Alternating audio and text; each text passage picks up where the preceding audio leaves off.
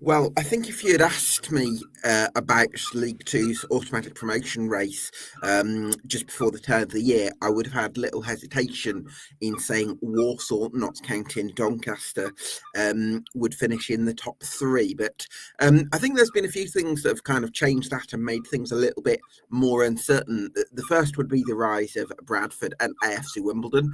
Both had been pretty on the fringes of the picture for the first half of the season, but I think it's fair to say that both have found a new level of consistency in 2025. Bradford City have, I'm pretty sure they've accumulated the most points since the turn of the year, and look much improved since Alex Patterson and Anthony Sarcevic returned from injury. But what about AFC Wimbledon? That defensive consistency and the strength of the collective is really coming up trumps for them at the moment. And whereas Notts County, you could even say, with that performance against Tranmere Rovers on Saturday, one arguably the worst team in the league, it wasn't great, and you are wondering a little bit about Notts County, about what they can do, especially when some of their top attacking players like Jody Jones are absent, even though they have been without him for much of the season so far. They do miss that little bit of X factor, perhaps. And what about Doncaster? Can they finish in the top three as well?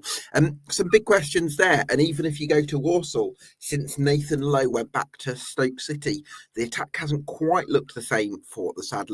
So although they put themselves in a great position with a points total that they were assembled in the first half of the season, even then there's still one or two doubts. So plenty to get stuck into then on this League Two podcast.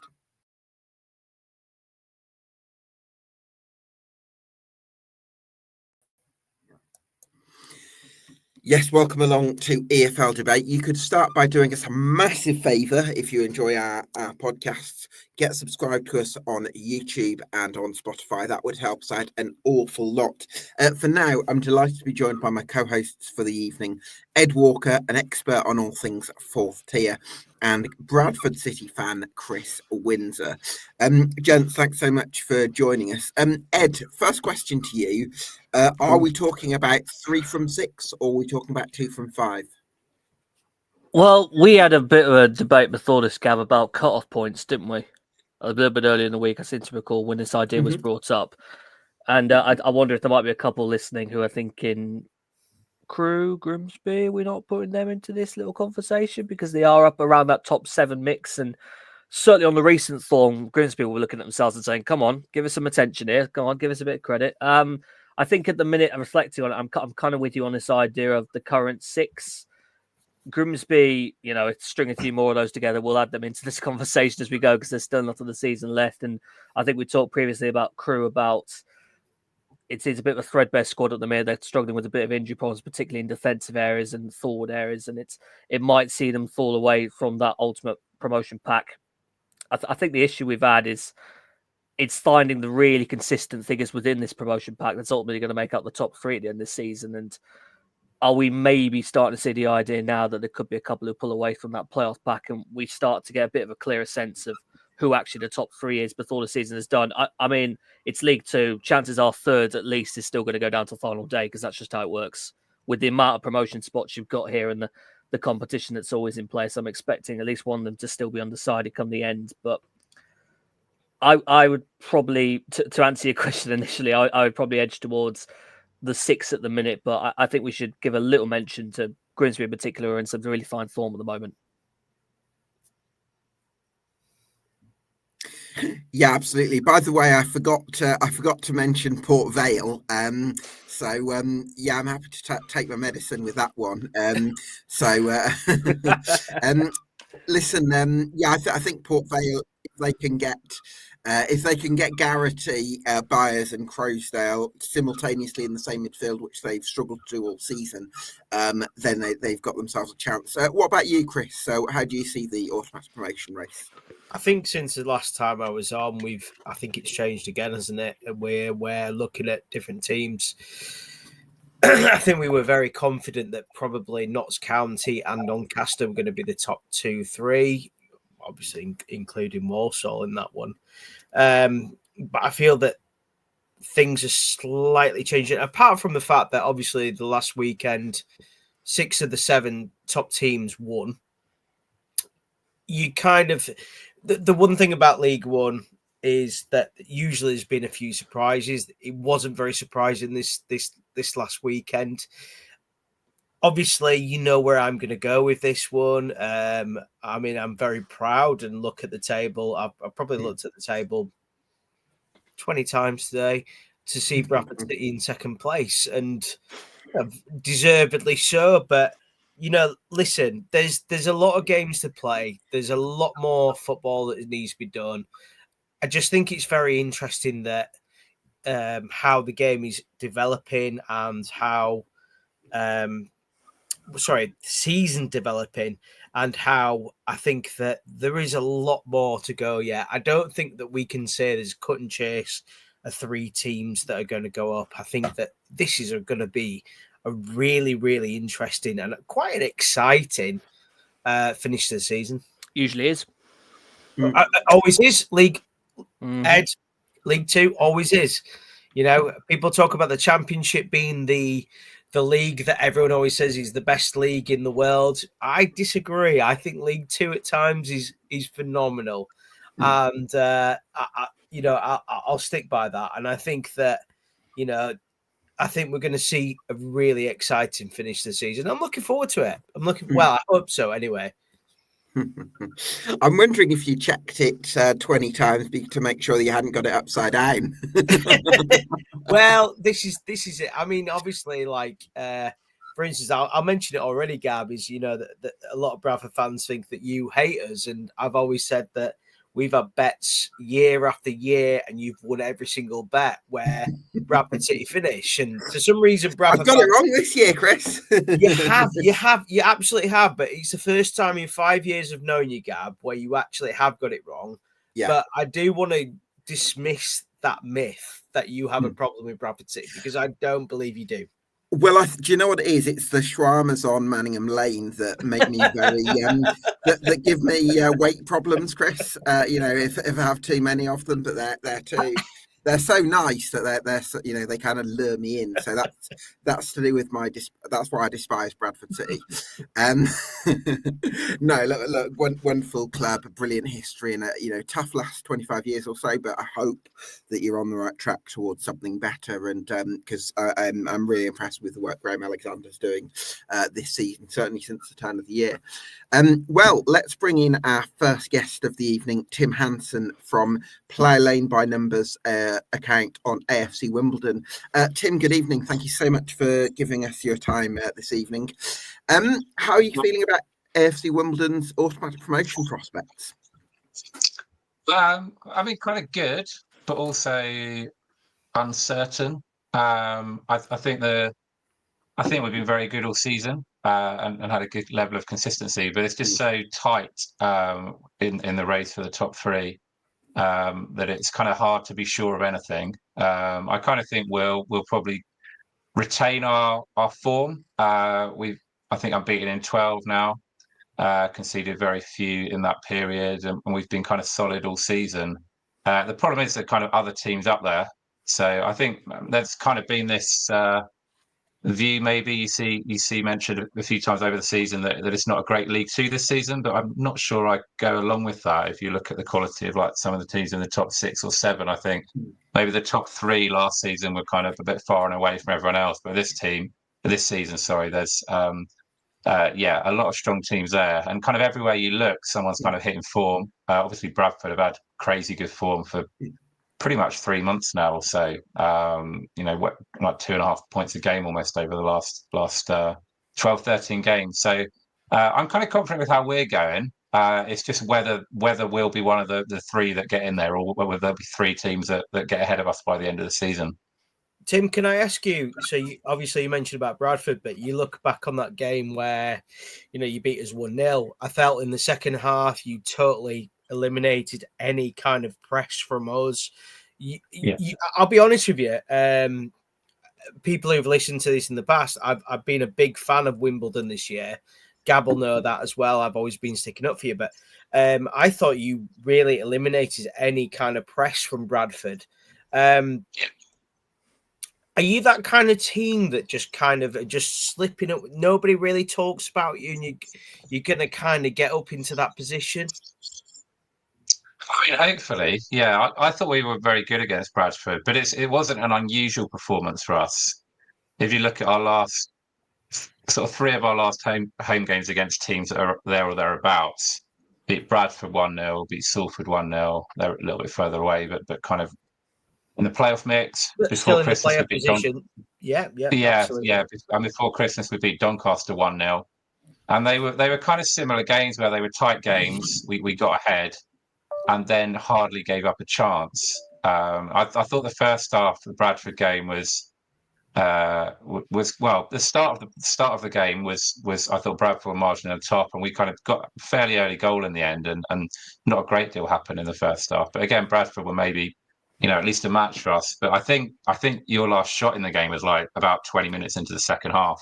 And after that, we really shut it down. But it's kind of what we're very good at. It's weird because for 2 seasons in a row, going back kind of 3 or 4 years, we had the worst record in England after taking the lead. We kept on taking the lead and kept on losing games, and it was horrendous. I think we dropped 79 points from Leeds in 2 seasons, which is just ridiculous. And this season, I think we've gone ahead in 18 games, won 16 and drawn 2. So we're really, really good at kind of shutting games down once we get ahead, which is a nice habit to have. I think the thing that maybe goes under the radar is there's not been any point in the season where we've been the team who's stringing a run of wins together. So we haven't won more than 3 in a row any time this season. Walsall have won like 8 in a row, I think. Port Vale 5, and I think the other team's kind of 4 or 5 as well. But we've only lost 2 consecutive games once. We've never gone more than 2 games without a win. So we've never kind of gone away. We're just steadily accumulating points, which maybe makes us go under the radar a little bit, I think. Yeah, who do you think deserves most praise for this defensive consistency that we're seeing from the Dons? I mean, I think it's a collective thing. What's notable, and I did a blog about this a while ago, that I think we've had about 12 or 13 different combinations in our back 3 this season. Yeah. No one's played more than like 80% of the minutes. Ryan Johnson's played the most, but apart from that, it's kind of spread around. Joe Lewis has been out for quite a while. So I think we've got good defenders. Ogunderi's been really good as well. But whoever's kind of come in, it's looked really solid. So I think it's a collective thing and kind of a coaching thing. I mean, which one of our coaching staff takes credit for that? Different people kind of give you different answers. But, I personally would give Johnny Jackson a lot of credit because he's the manager and he's kind of overseeing things. But I think both Skiverton and Reddington, the 2 coaches, are very kind of involved in drilling the defence as well. But I think that the big thing with the defence is it's across the team. So quite often, Johnny Jackson will be asked in post-match interviews about, another clean sheet for Owen Goodman. And Johnny Jackson will say, yeah, but it belongs to the whole team. But if you kind of watch us play, it's so evident that, I think Omar Bugle's the best example. He's actually probably more of a defender than an attacker at times, even though he's playing as a kind of number 9. Do you know what, Tim? I've liked Omar Bugile for a long, long time. I think he's gone just crazily under-recognised because I think A, he doesn't have this sort of illustrious career history. B, he's, a bit on the older side. Come up from non-league. I think people, and he kind of has the build of a target man, so people almost just on the 31, Gab, I wouldn't call that older side. Well, he is a bit. He's at 30 plus. Towards the end. Well, it's like the cook. No, but the point I'm making, Ed, is he doesn't really have a goal scoring record, and it's not like if you bought Omar Bugile, you're getting this massive high potential asset. So I think that in terms of recruitment, clubs maybe higher up kind of gloss over him. But actually, if you look at the work ethic that he brings, if you look at his link up play, if you look at his aerial ability, like to get that blend of qualities in one centre forward at League 2 level, I think is pretty good. So I think Wimbledon did well to sort of spot him. Is that not the same with Michael Cheek at Bromley? Well, Cheek's probably more of a reliable goal scorer, isn't he, than Bugile? But he was non-league. But what I mean is he was non-league. Exactly. Yeah, 31 years old, and are we just not looking at non-league? I would also say maybe with Bugile, like Wimbledon is a very logical move because actually, you look back at his career, Bromley for 2 years, Sutton for a number of years, and now Wimbledon. He's not had to move house, so it's just been perfect for him, really. Although I think he lives in Swindon. There's Sutton fans when he was leaving there, it was kind of apparently due to he wanted to move closer to home, so I don't think they were too happy when he moved to. He played for Forest Green as well, didn't he? He did, yeah. Yeah. So, but no. So I think it stands. So if you look, I mean, certainly the last couple of weeks when I looked at it, our top 2 players for tackles won were Bugle and James Tilley. Yeah, and Tilley, I think, going into the season, you think he's a bit of a kind of luxury player, not going to do a great deal of defensive work, but he sort of moved back to a wing-back role with Nerfield on the other side and just gets through so much kind of defensive work and so disciplined in that role.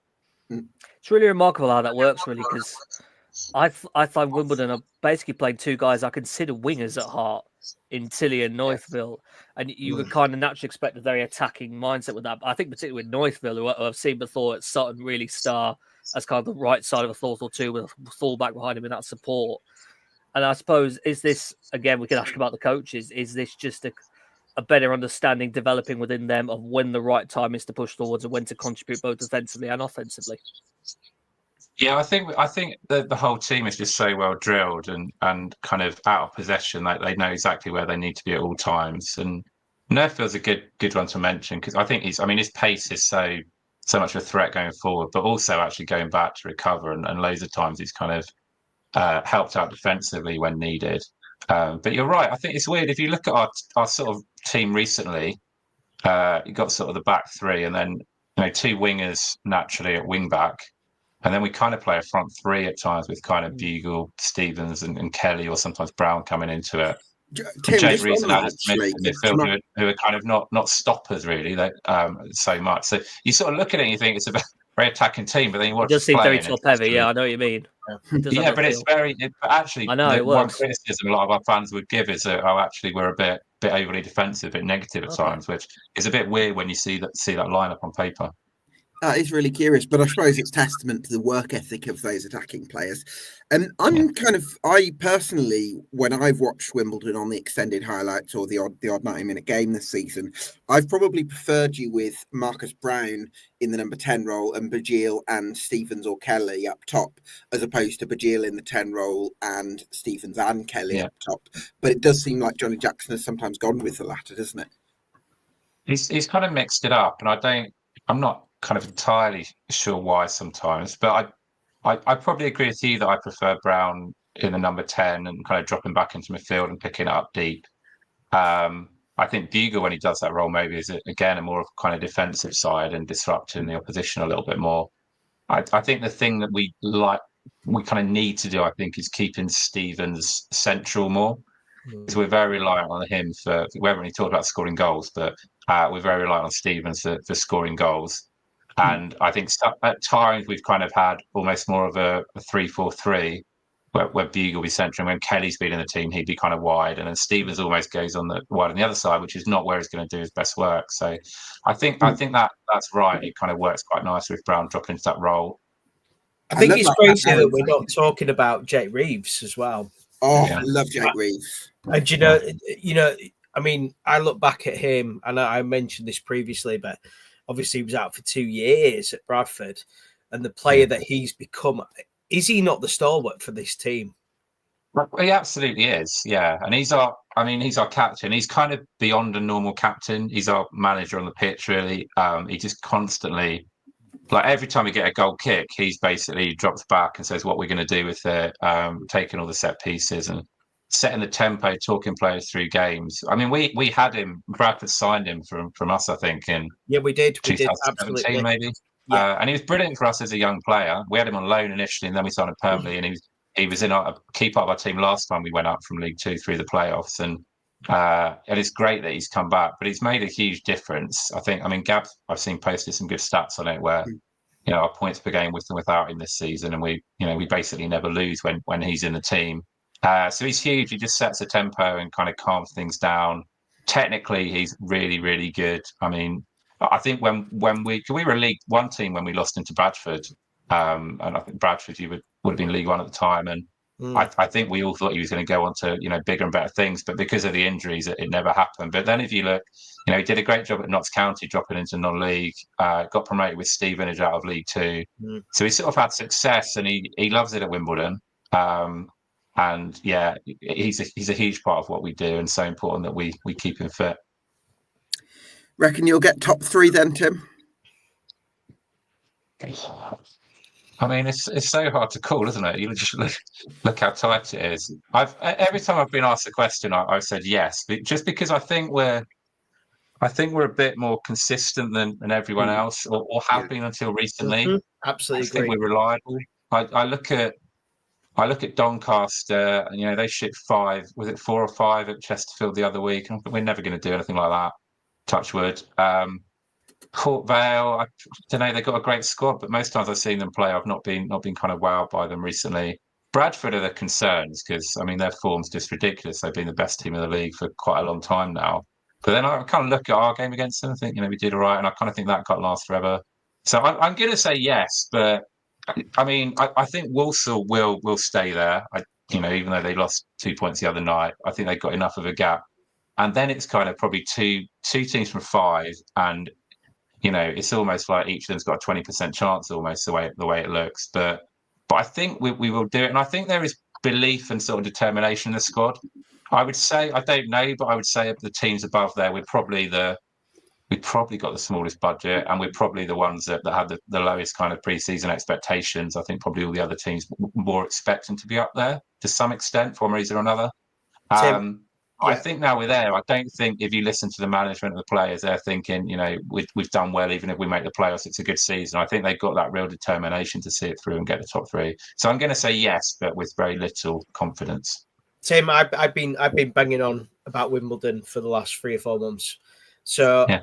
I honestly think that you are going to be there or thereabouts. I have a lot of faith in Wimbledon. Cool. Good to hear. What about you, Ed? How are you feeling about Wimbledon?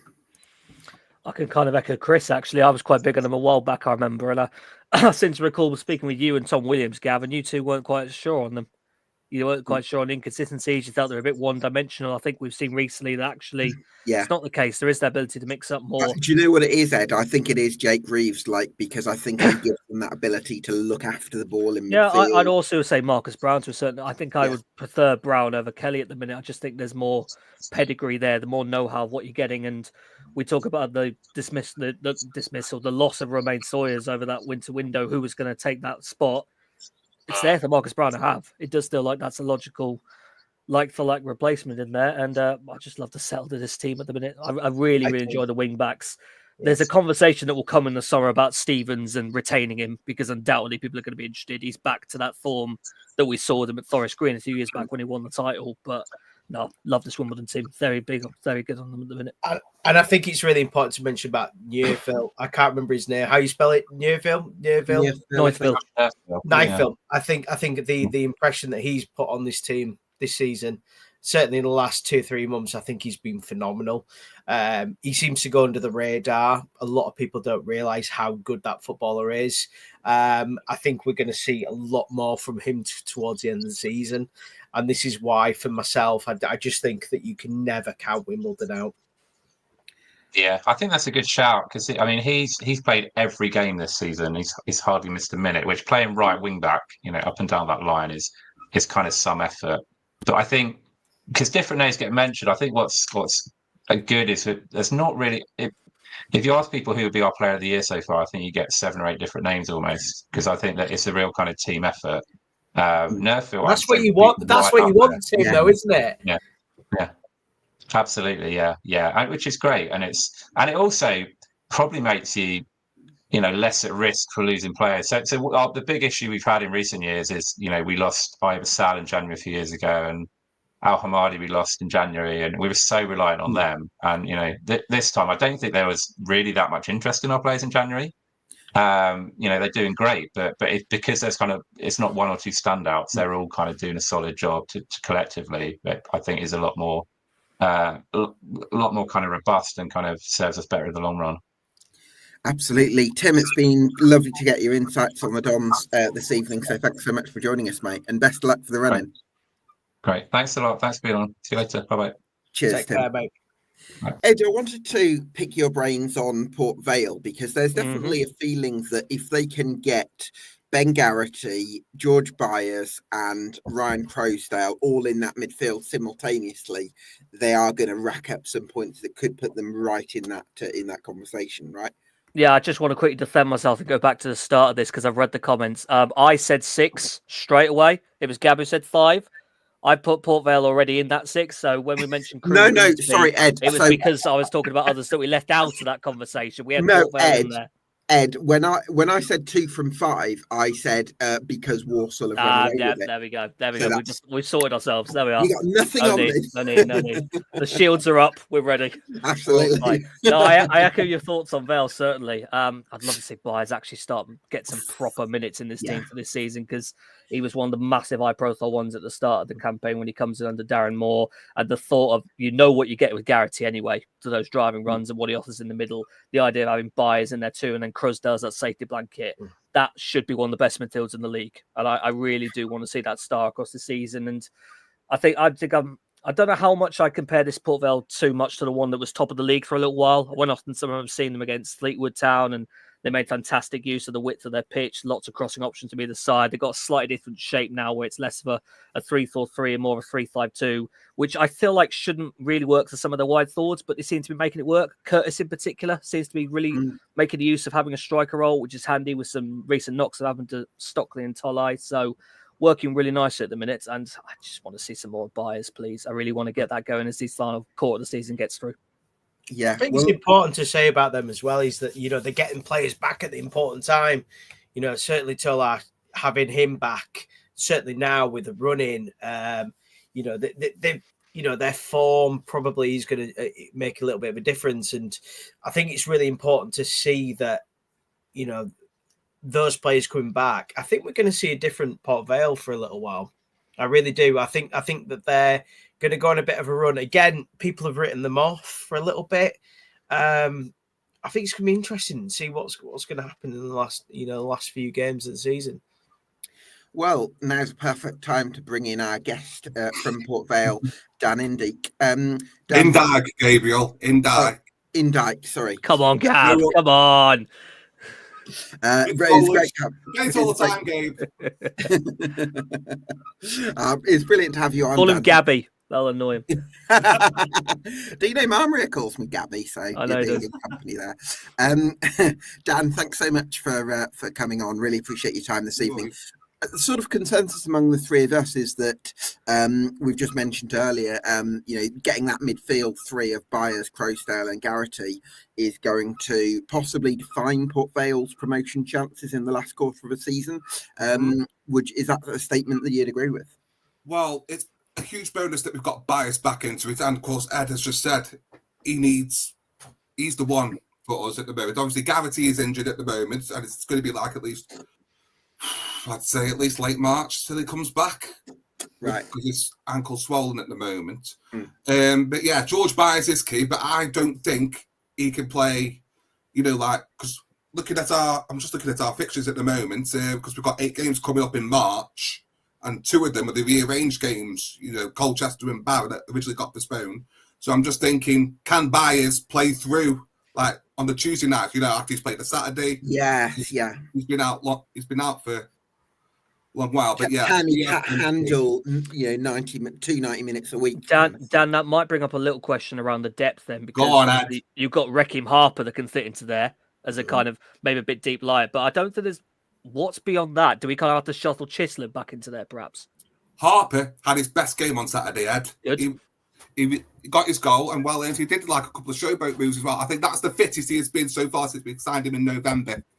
You mentioned Chizzy. He can come back into it now. It's a tough one with Chizzy because obviously there was speculation about him leaving in January. I don't know with Chizzy because obviously, like I said, we play 3-5-2.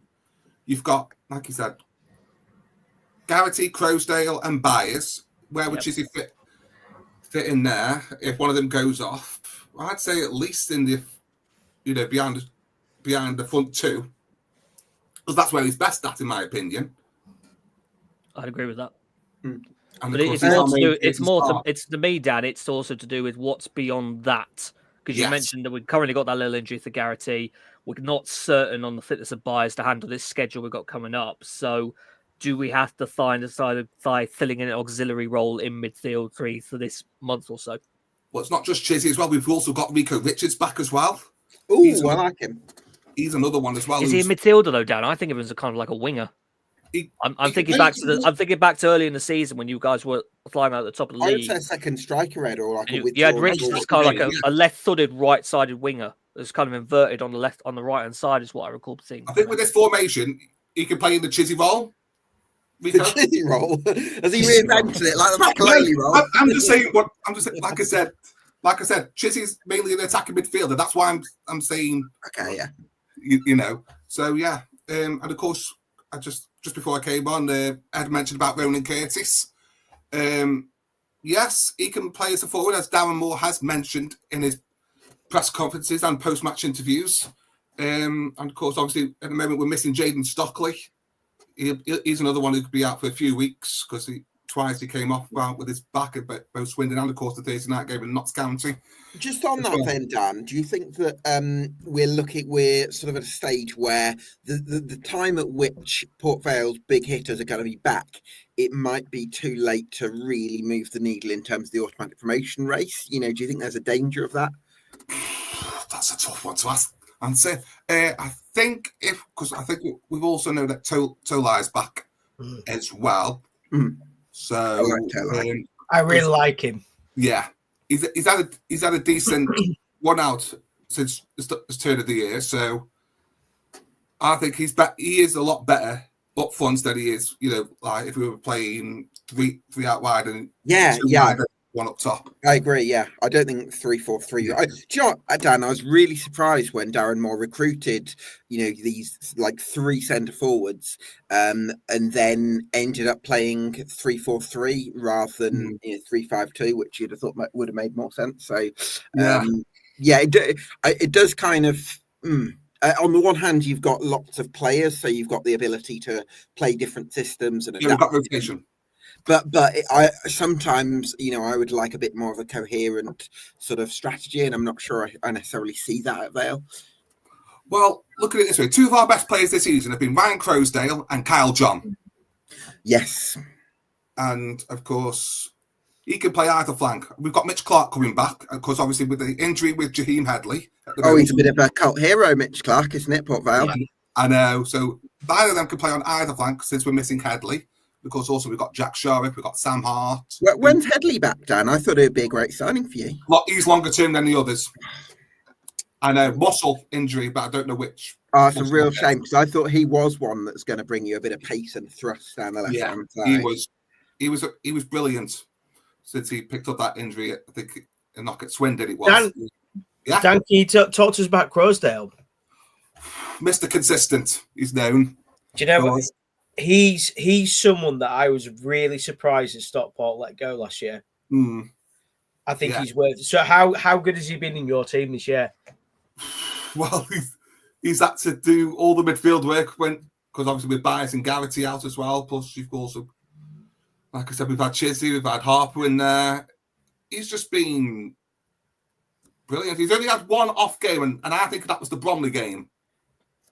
I think Bromley was not his best game. But everything else, he's been brilliant. You just can't say anything wrong about him, really. And we had some good reviews from Stockport fans. Yeah, really good. So, Dan, where are Port Vale going to have to improve, do you think, in order to make the top 3? Is it literally just a case of getting those players back quickly enough? I won't just say that, Gabe, but I think at the moment, because obviously Antoine Hackford scored as well. Oh, do you know, I loved his finish against Salford, the first goal. It was brilliant. If you see it back, you watch how Curtis is on the ball. He's looking to see where Hackford's going. And that was just brilliant. It's interesting, actually, isn't it, that Curtis can adapt to that central role, because at Portsmouth he did all his best work on the left-hand side, but it shows that he's got the flexibility to play centrally as well, and I'm sure that'll come into Darren Moore's thinking. Yeah, Portsmouth and Wimbledon he played for, didn't he? Before we signed him. Excuse me. I think with Curtis at the moment, he could be that person with Stockley being out at the moment. So, and like I said, with Hackford, and of course we've got the young lad from Palace as well, who's just only learning the trade of men's football at the moment. I just think Hackford, he's a trier. He's not the best of holding the ball up, but speed and of course trying to turn his back to goal is a little bit off. But Hackford, I think he could step up with, like I said, with Stockley out and never see if Tali's back in at the weekend when we've got Tranmere. What do you think of Darren Moore then, Dan? He's very media trained when it comes to his interviews. Very media trained. I was at they had an evening Q&A thing at Vale last week with Darren Moore, and he just speak. As soon as he's asked that question, then he's got an answer like that, hasn't he? So I think for the way we play, like I said, we play with wing backs at the moment, and of course, obviously, we've got in the defence Jesse Deborah, Connor Hall, Ben Hennigan, and of course Nathan Smith, who's come back in this season, who has been I think since Nathan Smith has come back in, he's been his old self.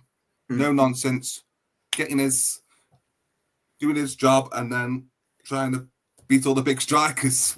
Like we did with Yatta and of course Harry Smith at Swindon the other week. So yeah, I think Nathan Smith's been crucial. Jesse's starting to come back in a lot better now since he fallen apart, after the Grimsby game before New Year. And of course, Ben Amos, nothing wrong with him whatsoever since Conor Ripley's moved to Swindon. I've seen Walsall got them at the weekend. Of course, Dan, what do you think of your chances of automatic?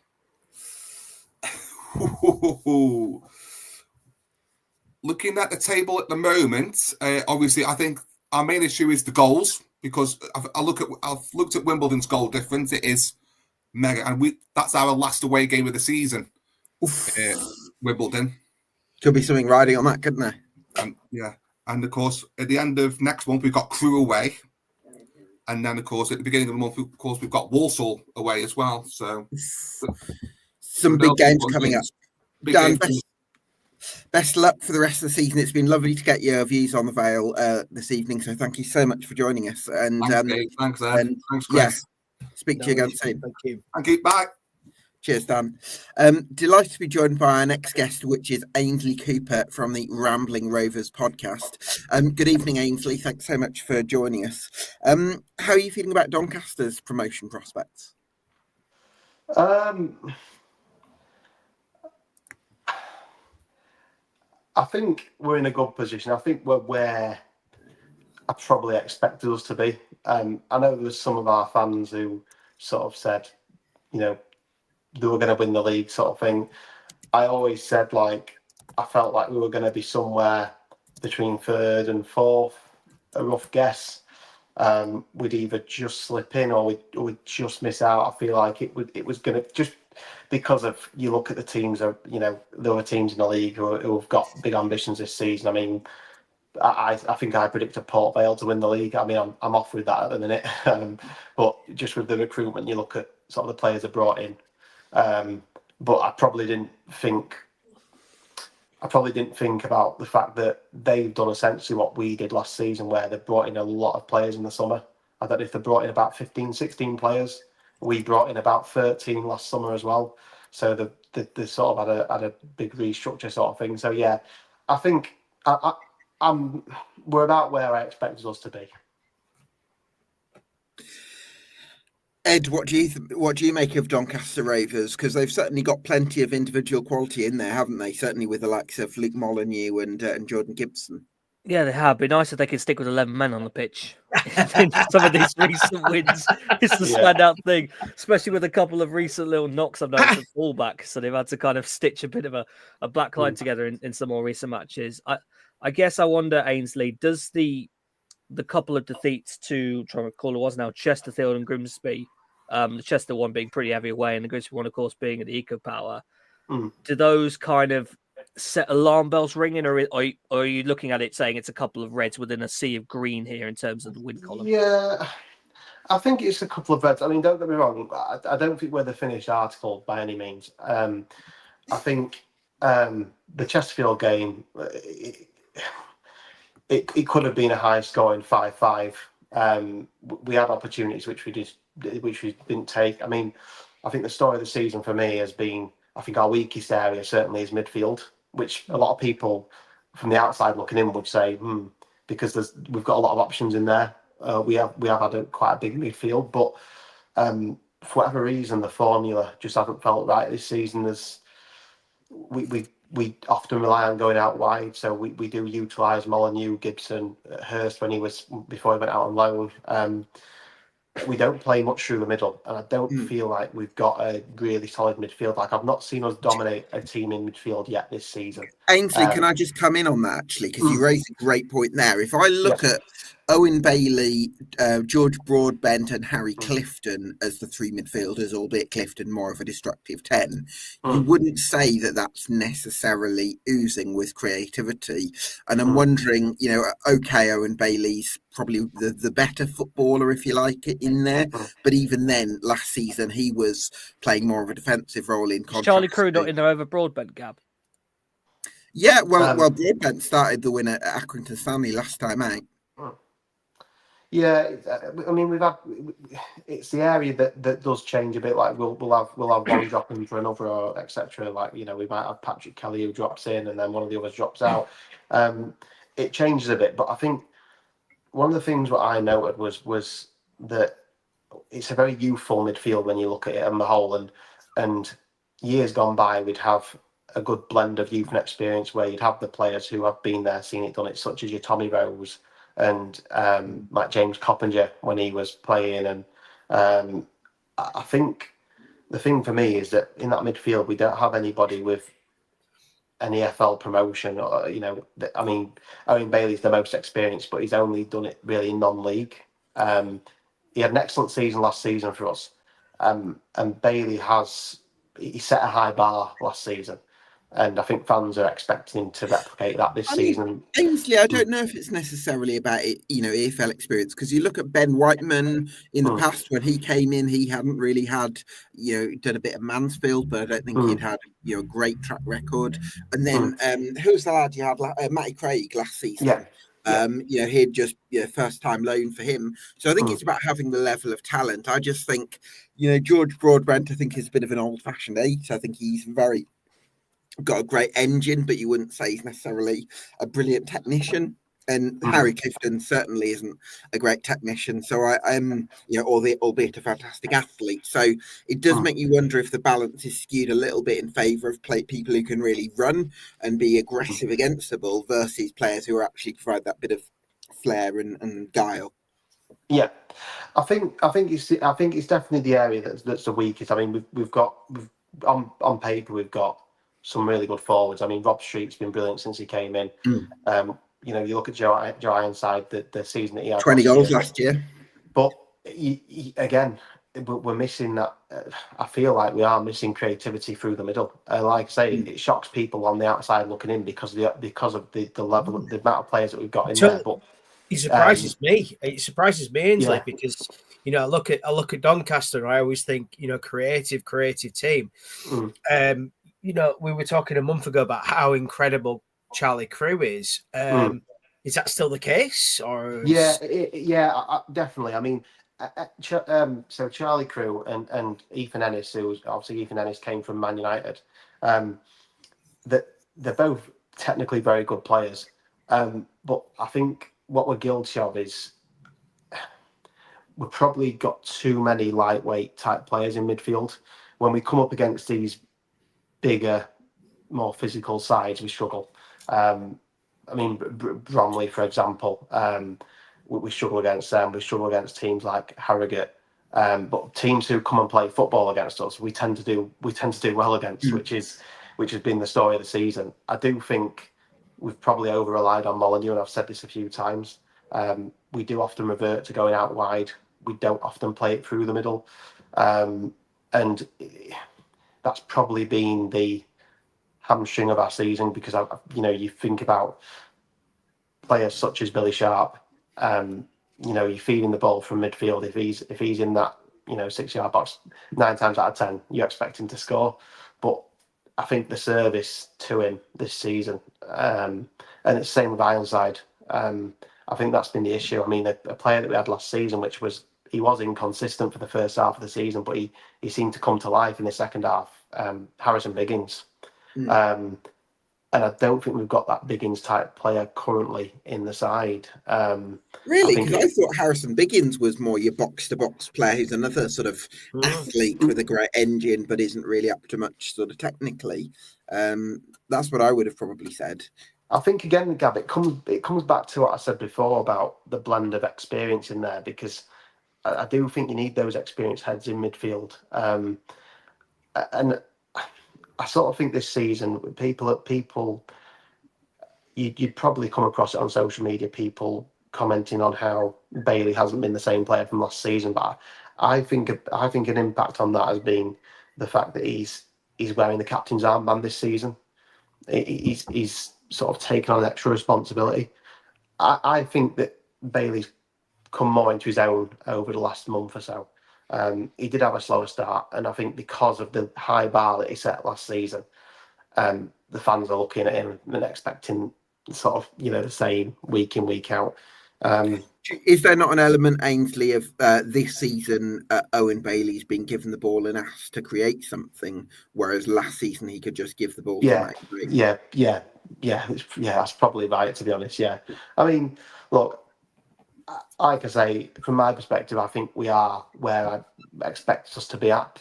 I think the thing what concerns me is the lack of goals, and I know it's been a comment that's been raised several times this season, but I would like to see us experiment with 2 up front rather than 1 up front. And sort of the players who start. I've noticed this season that if we start Billy Sharp and we bring Ironside off the bench, Ironside doesn't have the same impact off the bench. But you start Ironside, you bring Billy Sharp off the bench, he has a much bigger impact. That makes a lot of sense in my head. Yeah. But I sort of understood it. With us losing George Miller, I understood that we don't have any effective options. So he can only really play 1 up front because he's got no other options off the bench. If he plays 2 up front, he's got no one to come on. But with Rob Street now, I feel like with the options that we've got, we can experiment with 2 up front now. I think the question is now, with it being at the business end of the season, is he going to now change what he's been drilling into these players for the first half of the season? Sort of sticking with similar formations. I'm not sure. I think that's our biggest Achilles heel, though, is goals at the minute. I think we need to be scoring more than what we are. I mean, you look at our goal difference, for example. I think that's the one thing we need to get better at. I mean, defensively, I know you guys mentioned about the Chesterfield game, but that was a shock because defensively we've been really good. Oluwu and Jay McGrath this season generally have been rock solid, haven't they? Yeah, and I mean, Tom Anderson, he's been out of favour. He's an experienced player, but when he has stepped in, he's done well this season. I think. Do you think, Ainsley? Can I just ask you about Tom Anderson? While you mentioned him, I'm quite curious. Do you think that there's any chance of him sort of rediscovering that? Because it's quite rare for somebody to have this brilliant season in, I think, 18-19 and 19-20, certainly, where he's Player of the Year, and then he's dropped off for like 4 seasons, where his form had been nowhere near, and it's quite rare. I feel like injuries have impacted that. Maybe injuries, it's quite rare for somebody to have that situation where they're either bad or injured for 4 years, and they still have a contract at the club at League 2, League 1 level. Yeah, I mean, he look, in the 18-19 season when we got to the League 1 playoffs under Grant McCann before he left for Hull City, Anderson was never McCann's go-to choice. It was Andy Butler and Joe Wright at the back. And Anderson was sort of a bench player. He was a consistent defender, wasn't he, Joe Wright? I think what it is, though, I think because of the way McCann plays with this high press and everybody's pushing forward, because we play quite a high line, we need centre halves who are quite mobile, who can get back with a bit of pace about them, and Anderson doesn't have that. Now, when Grant McCann left and Darren Moore came in, it was very much like a passing game with Darren Moore, and it was more patient build-up. And Anderson really found himself under Darren Moore. He that's where he made the name for himself under Darren Moore's system, because it just worked for him. I think it's the difficult one with Anderson, because he got injured in that second season with Darren Moore just before he left to Wednesday. And I think it was a head injury or something, but he was out for ages, and he never looked the same confident player when he came back. I mean, he came back under Richie Wellens, didn't look the same. Gary McSheffrey, Danny Schofield, and he never really discovered that form. But I do think this season, in all honesty, lads, when Anderson has come in, like I say, he hasn't got the pace for a McCann system, but I do think he's done well whenever he's featured this season. He's done the things you expect Tom Anderson to do, head it and kick it away, and he's swept up quite well. But whether or not he's going to be part of the plans going forward, I couldn't answer that. I think McGrath and Olowu have been outstanding under McCann, to be honest, and they're a perfect partnership. You know what? I completely forgot Danny Schofield was a thing. Say again? Oh, it's amazing what you guys have done in the last 6 years. Schofield. It's amazing what happened in the last 6 years with you lot. Jesus. I forgot about that. Yeah, it wasn't terrible. Did he get sacked twice in that season? Wasn't it? Got sacked at Huddersfield and then got sacked at Donny in the same season. And then it wasn't. Yeah, I think in hindsight it was a bad decision by the club, because I think we sacked Gary McSheffrey when we were 6th in League Two, and we brought in Danny Schofield. We ended up finishing about 18th or 19th. So you see in my head, Grant McCann's been there for about 10 years, but he hasn't. Yeah. It's just he probably has though, Ed. He probably has combined, probably there and back. So exactly. But I feel like there's a good move amongst the fan base at the minute. There's, everybody's sort of pulling in the same direction. One thing McCann did when he came back, after Schofield was sacked, is that he re-energized the place. He connected the club and the fans back together, and he has brought that exciting football back. Albeit, like I say, we're not probably scoring the goals you expect a Grant McCann team to score at the minute. But maybe it's a case of just seeing out results now. I think we've shown a different side to us this season at times, where we can hang on to those results and claim all 3 points, whereas in years gone by, a McCann team would sort of probably keep going with the same idea, and maybe concede late goals and lose games. I think I've got a question for you. Do you think that if you'd finished 10th last season, you'd be speaking about the current team, the way it's performing right now and the results it's getting, with a bit more positivity than you are having, gone on this incredible run in the second half of last season and finishing 5th? Because I wonder if that finishing 5th with that brilliant form has almost raised the bar, so that it's hard to kind of overachieve expectations. Whereas if you're making this kind of progress from a 10th place finish, would it be a little bit different? You're kind of bringing it up there, Gab, I think already, because we kind of already said Owen Bailey's been compared to last year's Owen Bailey, which is not really still on the same level. People are pointing out the number that Ironside got this year. He just hasn't been the same number this time, partly because of the depth around him, but it just hasn't at the same levels. I feel like there's still people looking at that team thinking, where's the Adelican type? I mean, Adelican was just ridiculous. It's not really fair. I mean, Molyneux's probably the closest to that, but even then, I think it's not really that same level. So it does kind of feel like there is still maybe a bit of an unfair comparison to just that exceptional team of last year, and thinking this isn't as an exciting a team maybe as that one, and maybe not as confident as. And I completely agree with you there, Ed. And I think that's something that we all need to look at. That form from December from Doncaster, was it even it was March? Was it March? Was it actually March?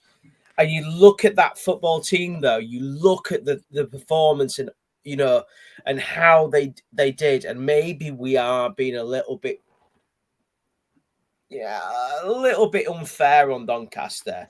But I mean, Ainsley, that team is also currently above where they finished, by the way. So but I mean that team that year, nobody could touch them. I remember they played at Valley Parade and they absolutely destroyed us.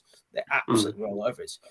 Ainsley, you say that, Chris? They got knocked out at home in the second leg of the playoffs, didn't they? Make the final, and they felt we probably went. I think we went into that playoffs probably believing in them the most. Maybe them and Samson Crawley that year. Sorry, they got to the playoffs, and I think that I think that was one of the greatest comebacks I've seen in football. I'll be honest. I genuinely don't think there's many teams that have done what Doncaster did last year. I really don't. No. You tell me a team that have done or marginally better than what Doncaster did. I think it was phenomenal. No, it was something else. And I wasn't expecting playoffs last season, and some fans were, some fans weren't. I sort of thought of it as a rebuild year just because of the amount of players we brought in, the amount of changes we had at the club. But I think this season again, I haven't set that high bar. I think McCann's language in the summer when he said that we're going to win the league, we're going to try and win the league. Yeah. I think fans took that on face value. So I when we did our pre-season predictions, and me and the lads, we all looked at it like the recruitment and everything like that. And obviously teams can change. Obviously when January comes along, it can be a different landscape altogether. And I think looking at what other clubs' activities were in the summer, I sort of like say I put us somewhere between third and fourth. So we're about where I expect us somewhere to be. between what 3.5. Yeah. Well, so which also brings me on to my next question, Ainsley. Go on. Are you automatic? It's between third and fourth, so he can't pick. He's gonna have to go like halfway. He's gonna have to. He's gonna do. It's a gap question, but we'll do it. 3.5. I don't know what that gives you nowadays. Is that like automatic playoff final spot? Is that what we say? It was going to be one or the other. Look, I think if we can find that goal scoring form that we found at the back end of last season, that ruthlessness, the ruthless edge that we had, because I don't think we have that ruthless edge at the minute that we had at the back end of last season. I think if we can find that again, I think we can finish third. I know McCann set up like a mini table in the dressing room to try to motivate the players last season. He went on that ridiculous run. I think it was like 11 games in the end. If we can replicate, or if McCann can replicate what he got the team to do last season, then certainly, I think we can finish third. I think it's the goals, like I say, for me. I think we need to be scoring more goals. But honestly, I'm happy with the season how it's gone. I'm happy with where we are. But we're still a work in progress. We've got a lot of young players in the team. I think the average age of our squad this season, I believe, is like 23, 24. Gosh, that is young. Wow. Richard Wood's in there. Good grief. Well, he's not. Without him, it'd be 20. He's only just come back. He's only just come back, Richard Wood. So, I think he featured in the last game. So he's just 40 in July, Gab. Yeah. Right. Is he actually? Yeah. Fair play. Ainsley, well, it's been great to get your insight on Rovers. So best luck for the rest of the season and look forward to catching up with you soon. Yeah. Cheers, guys. Thanks for having me. Cheers, Ainsley. Cheers. See you later. So, Chris, I wanted to ask you about Bradford City, and you've been looking forward to this all evening. How are you feeling about your promotion chances? Because form-wise, you'd have to be considered one of the favourites of the 5 teams that we've discussed so far this evening. I believe we have 28 points in 2025. I think we even were beating Leeds. What's happened to the Bradford City? I know. What's happened? Why are you lot suddenly good at home? Why do you lot actually look like you're capable of winning home games? The Bradford City that you know. What about the Bradford City that I know? That's true. We have turned a corner. I did preempt this 2 months ago, did I not? On this very same channel, that I felt that something's very different at Bradford City at the moment. And I'm absolutely loving it. It's so enjoyable to watch. I go to watch as at home, comfortable. We've not had a team actually threaten us for a long time. Bromley have just come away from winning 3 in a row. You're thinking, this is going to be a very difficult game. Sneak a little 1-0 win. I don't know. Talk to me, boys. What do you want to know? What do you want to know? What do you want to know about it? What do you want to know? One thing I'd love to know is, in my head, right, the turning point is the mid to early January 3-1 victory over Grimsby Town, because that was the game, I think, where Patterson and Sarcevic came back, and that was kind of the start of this incredible run. So what I would love to know, Chris, is do you think that you saw something brewing before that game that made you think that this sort of extraordinary form was possible? No. I think that, and I've mentioned this again a million times, is that the reason why we are playing as well as we are is because of Patterson and Sarcevic. However, I feel that January has kind of the players that we brought in. I know that we had the conversation last time about Tommy Lee being up front. That seems to be kind of dismissed now. Mellon's playing and I'm happy. Mellon's playing, and he's quite he's a very tricky footballer, and he seems to be giving opportunities for other players. I just think that it's not a coincidence that our form has changed because of those two players coming back in. Sarcevic, for instance, has been unbelievable. I mean, I've seen messages from even Plymouth fans, Stockport fans, saying, "Oh God, what we would give to have an Anthony Sarcevic in your team," and he just seems to have picked up everything. But the player that has really, really, really surprised me, and it's someone that we haven't talked about before, is Aidan Baldwin. So we have swapped him with, so for instance, Matty Platt's gone to Notts County. We brought in Aidan Baldwin. We weren't massive. I mean, I was a little bit gutted about Matty Platt going to Notts County, but they weren't that bothered about Aidan Baldwin coming into Bradford. I think he's been phenomenal. He's been absolute kingpin of that central defence. It's been lucky that we've got, for instance, Shepherd, who we've got from Barnsley, and Critchlow's come back from Peterborough. But Aidan Baldwin has been, honestly, an absolute revelation in that central defence. And I never thought I would ever say that, but he's been phenomenal, guys. Honestly, you look at his stats. There's a guy on Twitter, I think it's Seaton 67, and he follows all his his stats, and you're looking at them and going, "What, my God, how is that possible?" So I think that without being boring, and I've enjoyed the fact that I've done the last three times, and it's been really exciting to be a Bradford fan for a change, and we're going up, boys. Ed, what's your verdict? We've had that point discussion about Patterson Sarcevic. I agree.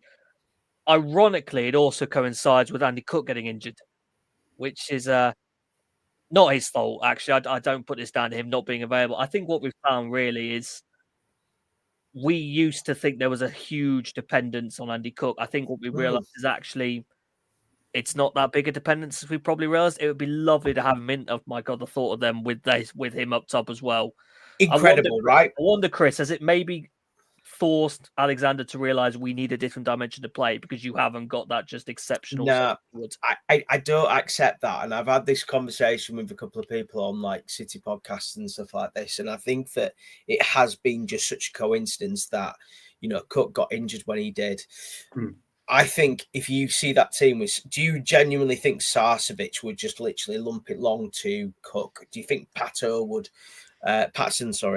just lump it long to Cook? Not a chance. And I think that, what we've been very lucky. I wonder about that, Chris. Is it maybe defenders? Would there be? Yeah, I'd say that. But also, I would agree that at the start of the game wouldn't be the case. But if you got to say 70 and it was still level, would they start in the stage?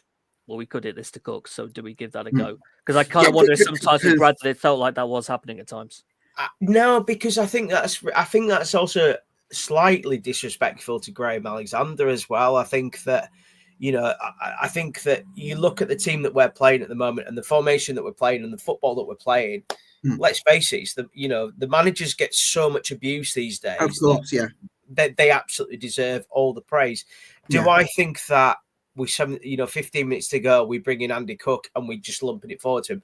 I don't believe that Graham Alexander would do that. You know, I really don't. I think that would be really, really massively disrespectful. I genuinely believe that it coincided with the fact that Cook got injured at the time when them two came back.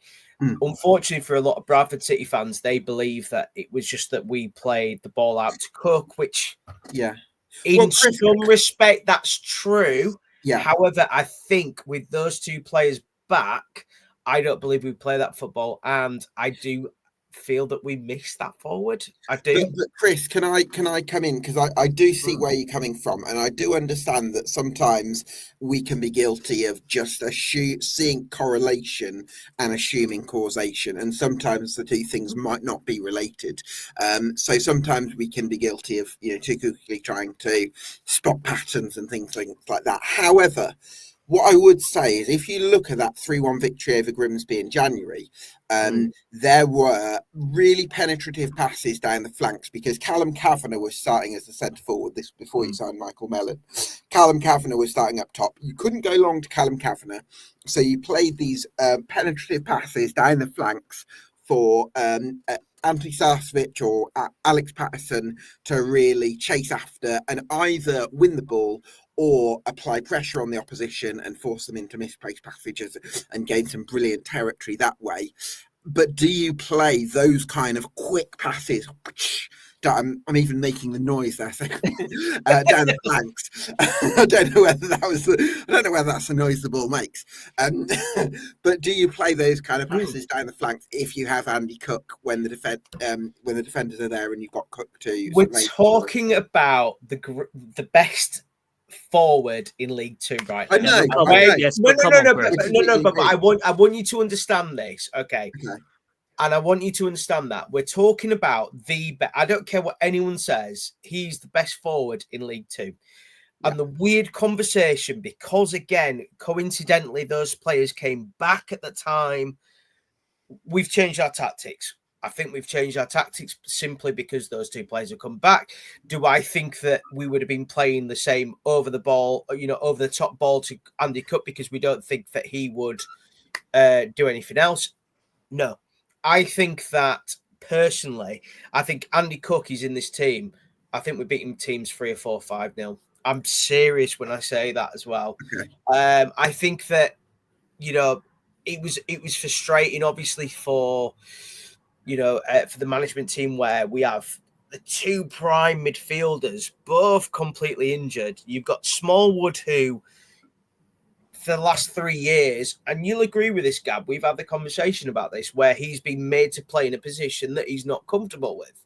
Yeah. And then people expect too much from him. Now he's playing in the position that he expects. Mm-hmm. And he's absolutely brilliant. He's player of the season so far. In fact, he will be the player of the season. No matter about Sarcevic and Patterson, he will be the player of the season. And well, do you know what it is, Chris? I think it's because you've got more athleticism and runners around him. It's basically free Smallwood up to be more aggressive, and in those sort of tight areas, really go for a challenge, which I think he does that really well. However, you remember the Doncaster game in, I think, October. You had 2 attacking midfielders ahead of him, and there was just this wide open space, and you're asking Smallwood to do far too much. I don't think that's the case anymore, and I think that suits him brilliantly. So, I think that, and as I say, that is why we're seeing the best of Richie Smallwood, even at 34 years old. We're seeing the best of him, and for me, he's been Captain Marvel.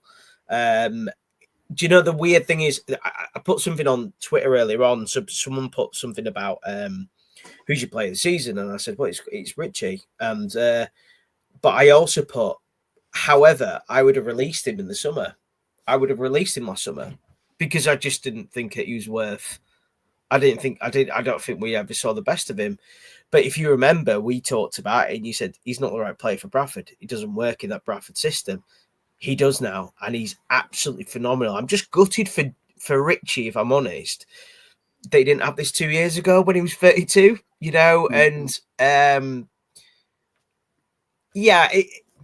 it's all about that, swings and roundabouts. But I'm glad now that Richie's actually finally getting the respect that he deserves. And I think he's been fantastic. Honestly, I really do. And I'll be honest with you, there's not many players at the moment that I could genuinely say, yeah, I'm not too sure about them at the moment. And what the great thing is as well is we've got the bench that's really, really strong. As Lapsley can't even get on the bench at the moment, by the way, boys. Why?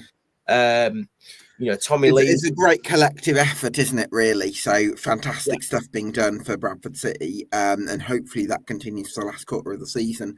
Well, let's move into our next guest, which is Casey Rennicks of the Not to Talk About podcast. Casey, thanks so much for joining us this evening. How are you feeling about Notts County at the moment? Because I was a little bit surprised that even though you beat Tranmere on Saturday, that the level of performance wasn't maybe wasn't quite at the level that I was expecting. And I'm wondering if either you take some sort of concerns from that, or are you happy to say at this stage of the season we'll take the 3 points anywhere they come? Well, I mean, don't get me wrong. Like you said that it wasn't the prettiest game of football at all, but I've been under the impression now that at this stage of the season, any 3 points, and no matter how well you play, how poorly you play, you've got to take. Especially, you've seen how tight it is at the top of the league. Sure. You've definitely got to take them, no matter how they come. Was the performance good enough? No, it wasn't. I don't think so. Especially, I thought it was very dull for the first 70, 75 minutes until obviously Whittaker scored. But yeah, it was a game that lacked quality, and is that concerning at this stage of the season? I'm not too sure just yet. If we were a month down the line, I'd probably say so. But we've still got, the injury list is obviously the injury list. We've got McGoldrick to come back in, Jones to come back in, and hopefully at that point we'll be done with the injuries this season. Obviously, you never know. But no, as much as it was a poor performance, I don't know if I'm too concerned just yet. But we have slipped down a little bit, though. We have slipped down the table. Casey, they had 20 shots on target. Shots on goal. Tranmere. See, that's the thing. That is the thing. And like I said, the quality, the performance wasn't fantastic. I mean, the players at the end didn't even want to celebrate. They all claim to have known that it wasn't good enough. We just got to hope that it doesn't repeat itself. The fixtures, as much as it's not as heavy as what it was at the start of the season, if you like, in terms of the run that we're on. We've still got a few big games coming up. Wimbledon, obviously Bradford, but I mean the weekend against Fleetwood is going to be just as difficult in my honest opinion. Obviously they got a good win last night as well. So yeah, I mean, like I said to Gavin just a minute ago, mate, we could have one shot on target to another team's 40 on our goal. As long as we're winning that game 1-0, mate, I'm taking it and running. Indeed. What do you think, Ed? I'm trying to say things that Casey hasn't already said. No, I'm not believing as much in that consistency at the moment, not sadly as much as I am with some of those in the top 6 at the moment. And I wonder if that is a bit down to the personnel, as we say, because part I think this is a fantastic group. I mean, the first 11 in particular, when you have Alessandro Jatta, David McGoldrick, someone like Whittaker or Grant as your attacking midfielder, having Jody Jones as a wing back and a settled back line, which you've had to see a little bit of change in, and Zach Johnson's come into there instead. Now, I don't know, Casey, if Zach Johnson's quite felt that same level of security that you've had when McDonald's been there previously. I'd say no, only because I feel like, well, it's weird because we've had so many different. I mean, we started the season with Lewis McCarry there, and then it was Ness, and then they both got injured. And it was McDonald, and now McDonald's injured. Now it's Johnson. We are always constantly chopping and changing that position, and I think it's difficult as well because at the start of the season, I think Lewis McCarry set the bar so high in that right centre half role. So I think every player that plays there now, you're sort of getting compared to Lewis McCarry in that role, and whether is he as good as Lewis McCarry, which the answer is no, because McCarry, that was his role, and I've no doubt if McCarry was fully match fit at the weekend, this weekend coming up, he'd start. But as for Johnson, I don't think he's done too badly. He's had some shaky spells, don't get me wrong. I mean, Colchester, when we drew 1-1 on that Tuesday night, he was being heavily exposed, but I think that's more down to the fact that they're a very good outfit, and maybe on that night I was a little bit harsh with what I said, where we was unbelievably poor, which we were, but I think I didn't give Colchester the credit they were due. However, yeah, Johnston in that instance did get exposed heavily, but he has had some good moments as well. Don't get me wrong, he has had some good moments as well. But honestly, we've had that many right centre halves, mate. I wouldn't be surprised if we've had 5 or 6 come the end of the season. Because look, Johnson will probably get injured at the weekend, and we'll be, look, what can we get on the free market or something? Where's Robbie like Cundy at the minute? Is he still out?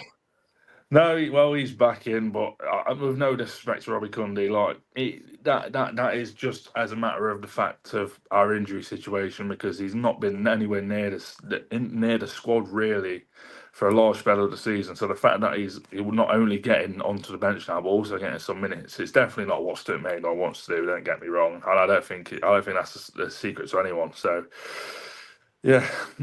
Casey, can I ask you about last time you came on, you talked about Matty Platt. Are we still really impressed with Matty Platt? 100%. It's just so strange. So, like I mentioned, for instance, like we swapped with Aidan Baldwin that you didn't like. Matty Platt, we weren't massively impressed with. And it seems like it's been a great swap for both teams. But tell me about Matty Platt and how he's been this season. Just to begin with, you are right. It is very strange how it's all worked out. Like wife swap, isn't it? It is, though. It absolutely is, and obviously you get the right wife in the end. So. Exactly.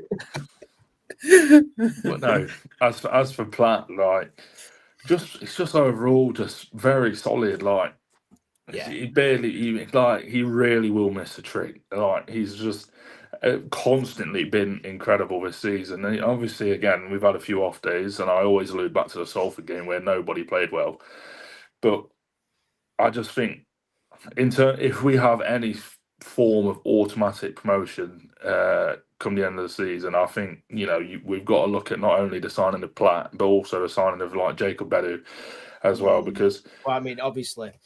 they've been absolutely, and last season we were shameful at defending, you could say. We were an awful watch, and this season it's just been refreshing to see, actual defenders come in. But I don't think we could have picked a better 2 to bring in. And the matter of fact is they were both free. We didn't pay anything for them, so even better. But no, Platt, outstanding. And I'll always die on the hill that we got the better end of the deal as well. So I disagree. I honestly disagree. But we'll agree to disagree, mate. Honestly.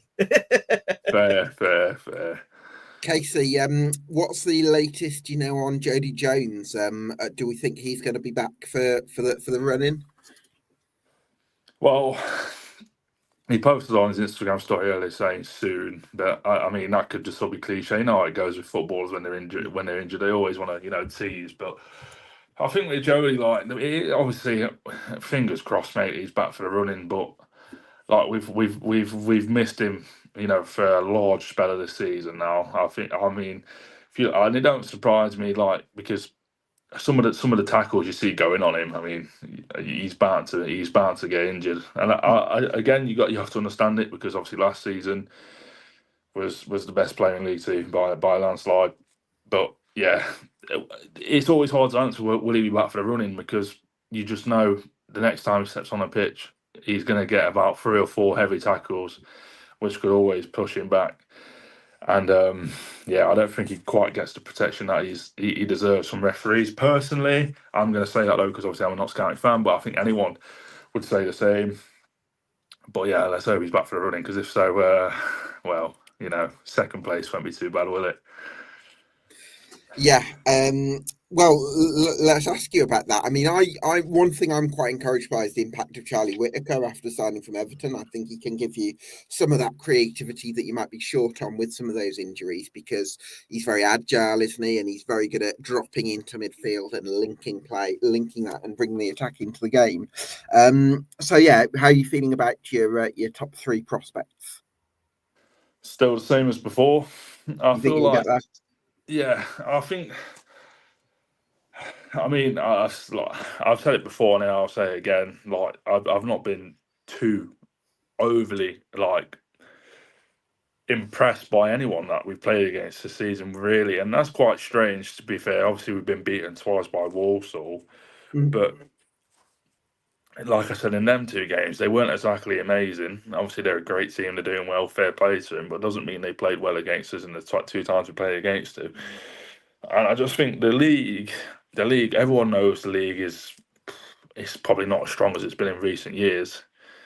But there's still, like we've seen in the playoff picture at the minute in the automatic promotion push, there's still 5, 6, 7, 8 teams that are fancying it. And you've obviously got to be better than the majority of them to go up. And I think we are. Yes, okay, our form hasn't been the greatest. And I feel like with football fans, I think some people are so quick to forget, so not like Pryor been on such good form. Yes, we've had a few flaky results recently, and then all of a sudden, Bradford have picked up fair play to them, and Port Vale are having a surge, and now it's like, Notts County going to make it this and that. I don't think it changes too much. Like, if it only takes a 3 or 4-0 win at a weekend, then everyone else is back talking about you. So I don't worry too much about it at the minute. I still feel like I just can't pick. I can't pick 3 teams better than us. So as far as I'm concerned, I'm always confident that we can get promoted. And as for Whittaker, you've mentioned, I think he's been, it's his first move in men's football. It's obviously going to take him a lot of time. But one thing I will say is anyone who can take the game at scruff of the neck and produce a moment like he did at the weekend when we needed it most, is a player that you've got to keep for longer than 6 months, which obviously, again, I alluded to on social media after the game. We need to get him tied down because Notts have got a good track record of producing them number 10s, and I feel like Whittaker will be the next one that we sell for big money. So, Casey, he scored an incredible goal on Saturday, didn't he? Because it was assisted by Traore, where he literally tackled Traore, and somehow Traore has got the assist on that one. Oh well. Hey, they all count, mate. They all count. They do, mate. Whether it's by thick of the hair. Where do you think you're going to finish? Genuine question. All right, where are you finishing? Oh, it's a good one. It's a good question. Well, I've said all season, get us into 3rd place, and I'll be happy because yes, you don't get no silverware, but to be honest, you shouldn't get any anyway if you don't win the league. I think you do nowadays. Isn't a promotion trophy a thing? I think it's not a promotion trophy now. Is he not the runners-up now, though? Surely it's there's like a little 3rd. Is he? Or did they give it to 3rd place? I don't think you got it for 3rd place, but if you do get it for 3rd place, I'll take it. But yeah, like I said, 3rd. Stick it in the cabinet with your FA Cups. Yeah, 100%. But I'll take 3rd place. I'll definitely take 3rd place. I just don't want to be in the playoffs because our form against them teams in the playoffs this season hasn't been the greatest. And would I be confident going into any of them games over 2 legs? Probably not as confident as I should be. So stick us in 3rd place, mate. I'll take that. And then, we'll see you in League One next year, mate. We'll see you, mate. I'm looking forward to it. Thanks so much for joining us, mate. Pleasure as always, mate. Thank you very much, guys. Cheers. Casey. So, gents, just before we round up, how have the 5 people that we've spoken to this evening affected our thoughts? I mean, personally, I'm feeling probably more optimistic about AFC Wimbledon, and I'm actually feeling quite hopeful about them. I mean, I felt optimistic about them and Bradford beforehand. I'm a little bit less hot now on Bradford after speaking to Ainsley, and kind of feel a bit indifferent about Port Vale. Wondering how you lot sort of. You mean not you mean? No, it means Bradford. No, it means Bradford. Oh, he means Bradford. Yeah. I feel good about Bradford, definitely. Okay. No, he doesn't like Bradford at all. He doesn't. I think it's just in his head. Listen, he's very difficult. It's so difficult not to be reactive with this whole promotion conversation. It's so difficult to not just sit reactive and say, "Oh, the current 3 is the exact 3," because I will take it. It really does chop and change at the minute. I mean, we could sit here in 2 weeks, lads, and have a completely different feelings about some of these teams just because of the form they've been had. Well, we've got a triple game week coming up this next week. People playing Tuesday and Saturday, so It can mix around again. But Ed, we did this. We've done this 2 months in a row where we've had this conversation, and I think that the game has completely changed. Where you thought there was a certain, like for instance, we were talking about Walsall running away with the league. They're going to win by 50 points. I think he's 7 points behind Bradford City at the moment. Calm yourself. Steady. I am. No. Ed, I am. Do not worry. Honestly, I am. But this is the great thing about this league again, is that, you know, it just throws up surprises. I think the biggest surprise we've had this season is that 6 of the top 7 won on Saturday. Who expected that? You know, and that's they weren't playing each other. That's why. Well, that's yeah, but even then, do you know what I mean? I know, but do you know what I mean? It's like, you know, this is the great thing about League Two, and do I think Bradford City going up yet? No. Do I? You know, I absolutely do not. Is there a lot more football to be played? Absolutely. And I think that we'll have this conversation in a month's time, and things will have changed again. And that's the fun thing about this football league. So I would say I think Walsall have put themselves, even though we've not had didn't have the chance to speak to our usual Walsall fan this evening, but I'm a little bit apprehensive about them because they now have Ellis Harrison and Jamil Matt as the front two, which is very different to having that the mobility of Nathan Lowe and the quality of link-up play that he brings. I think Harrison and Matt are a bit samey. So hard to blame him for that, though, Gab. That's the problem. Oh, of course, yeah. So they've got to go with what they've got in front of them, and I think that's definitely the best pair of the options they've got in that front line. I mean, I would probably go with Levi Amanci just for his pace alongside Jamil Matt. I've barely seen anything in Amanci. I don't really know what to No, I know, but it's literally like if you have two sort of cumbersome centre forwards who don't really have that much pace, like Notts County had it a few years ago with John Stead and Shola Amiobi, a little bit different because I think Matt and Harrison do have some ability, but I just think you miss that you know, maybe the synergy. I'm not sure the kind of it's going to quite work. So yeah, I do think I would imagine that Walsall will have a little bit of a drop off, but then they've also assembled a really, like, to have 67 points now is like a really healthy point tally. So it totally is, and like I think we have to also remember that they have won. Is it last? You know, 3 out of the last 4 or something like that. So, but we also forget that because they're top of the table, and I think that that's important that we do remember that they are kind of now, you know, they've had the miniest of blips. Yeah. Right. And then now they I mean, obviously last night was a big, you know, the fact that they were 2-0 up at Cheltenham and threw that away. But already people are going, oh, and I think we've got to be respectful for Walsall because of what they've done this season. And I think that everyone's just waiting for them to be caught out. But they're a great footballing team. You know, there's a reason why they've done as well as they have done so far, and obviously having Jamil back is massive. Yeah, Jamil Matt's big. I'm just not quite sure how it's going to work as a pairing. We'll have to wait and see. But yeah, other than that, the rest of Walsall's team I have absolutely no qualms with, just because of how brilliant they've been all season. I'm not saying it was just, you know, a Nathan Lowe show or anything, because they have been brilliant in the collective. Just a little bit curious to see how the dynamics of the attack play out. But I think Walsall have put themselves in a great position because of the point tally they've already assembled. I personally think Notts County, in terms of their ceiling, is the highest of the rest, especially if Jody Jones comes back soon. So for me, I would go with Walsall. I would go with Notts County.